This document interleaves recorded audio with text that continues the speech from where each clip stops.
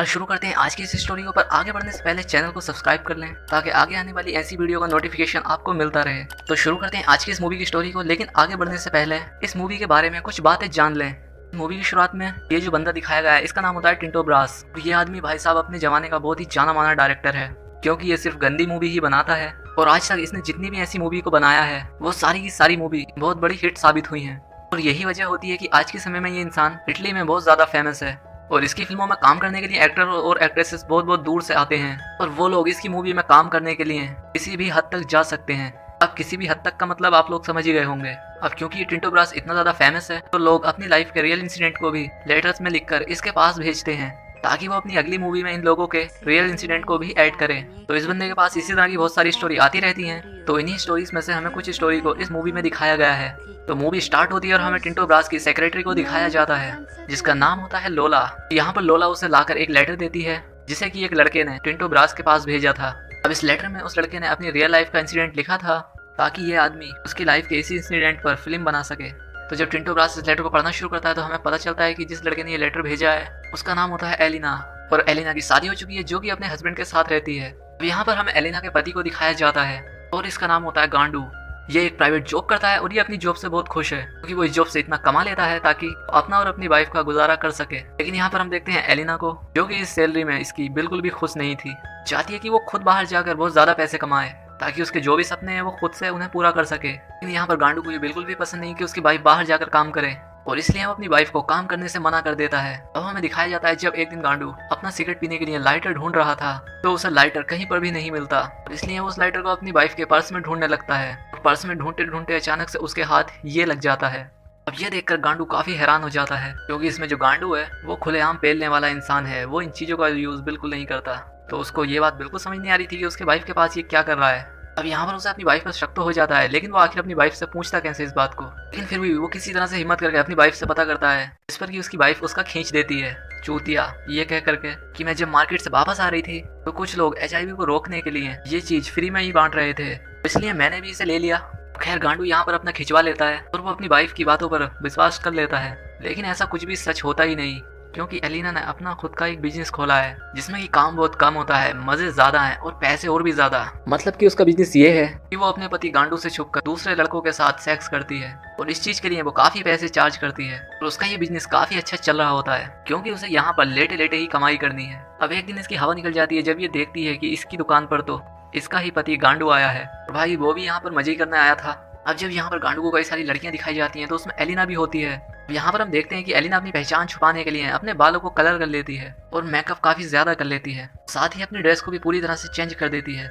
अब यहाँ पर गांडू खुद पहचान ही नहीं पाता कि ये उसकी वाइफ है और वो इन सारी लड़कियों में से एलिना को ही पसंद करता है और उसे उन लड़कियों में सबसे अच्छी एलिना ही लगती है। तो वो कहता है कि मैं सिर्फ एलिना के साथ ही करूंगा। उसके बाद वो एलिना को लेकर एक रूम में चला जाता है। अब ये लोग रूम में तो आ जाते हैं लेकिन हम देखते हैं कि यहाँ पर एलिना काफी घबराई हुई है क्योंकि उसे ऐसा लग रहा था कि उसका जो पति है गांडू वो उसे पहचान गया है, लेकिन वो कोई रिएक्ट नहीं कर रहा है। लेकिन जब वो अंदर जाकर गांडू से कंफर्म करती है तो वो समझ जाती है कि मुझे पहचान नहीं पाया है। अब इसके बाद वो दोनों यहाँ पर इंटीमेट हो जाते हैं। अब यहाँ पर गांडू अपनी बीवी एलिना से काफी खुश हो जाता है, लेकिन एलिना अभी भी काफी डर रही होती है क्योंकि उसे लग रहा होता है कि शायद ये उसे पहचान गया है। लेकिन उसने यहाँ पर कुछ भी नहीं किया क्योंकि वो सिर्फ यहाँ पर मजे लेने के लिए आया था। अब इसके बाद वो डरते डरते अपने घर जाती है, लेकिन यहाँ पर भी गांडू उससे कुछ नहीं कहता क्योंकि ये अभी तक उसे पहचान ही नहीं पाया था। लेकिन फिर भी एलिना इससे बेवजह ही डर रही थी। अब हमें यहाँ पर दिखाया जाता है कि गांडू को एलिना काफी पसंद आ गई थी तो वो डेली वहाँ पर जाता है अपनी वाइफ के ही साथ मजे करने के लिए। अब ऐसे करते करते ही एलिना अपने खुद के पति से ही बहुत सारे पैसे कमा लेती है।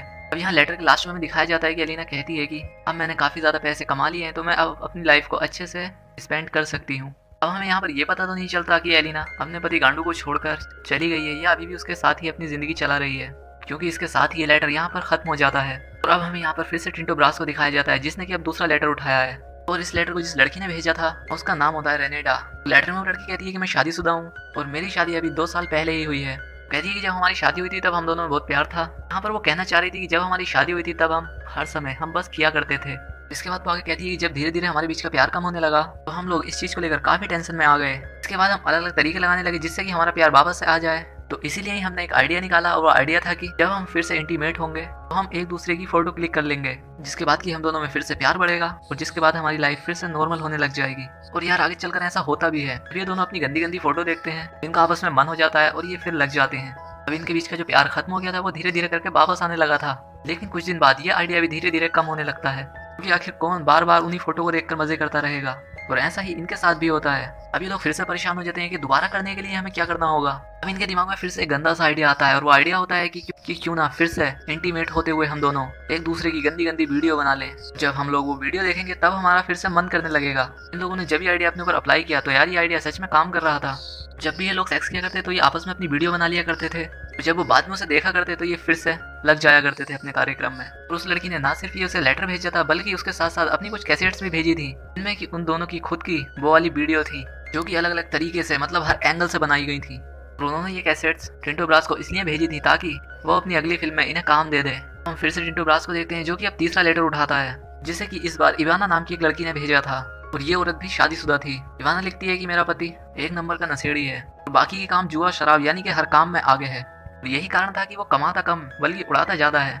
एक दिन हमें दिखाया जाता है कि इवाना अपने पति का वेट कर रही थी, क्योंकि वो पूरी रात आया ही नहीं था। यहाँ पर इवाना की टेंशन बढ़ती जा रही थी, लेकिन कुछ देर बाद उसका हस्बैंड वापस आ जाता है।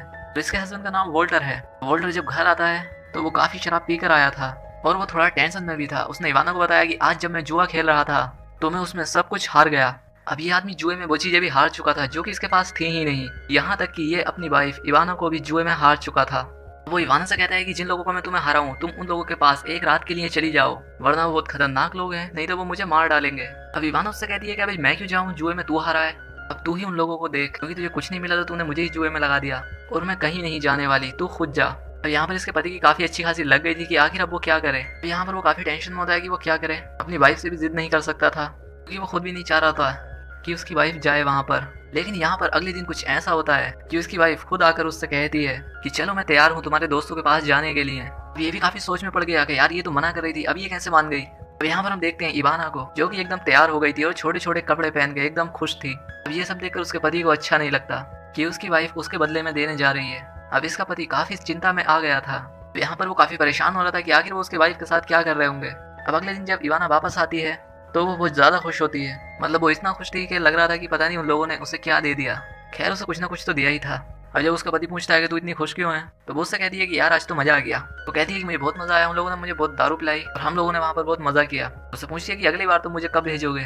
अब ये सुनकर उसके पति को काफी दुख होता है कि यार उसकी ही वाइफ उसके सामने ऐसी बात कर रही है, लेकिन वो इसे कुछ कह भी नहीं सकता था, क्योंकि जुए में तो यही हारा था उसको। और फिर उसका हस्बैंड डिसाइड करता है कि आज के बाद वो कभी जुआ नहीं खेलेगा। और इसी के साथ ही ये मूवी यहीं पर एंड हो जाती है।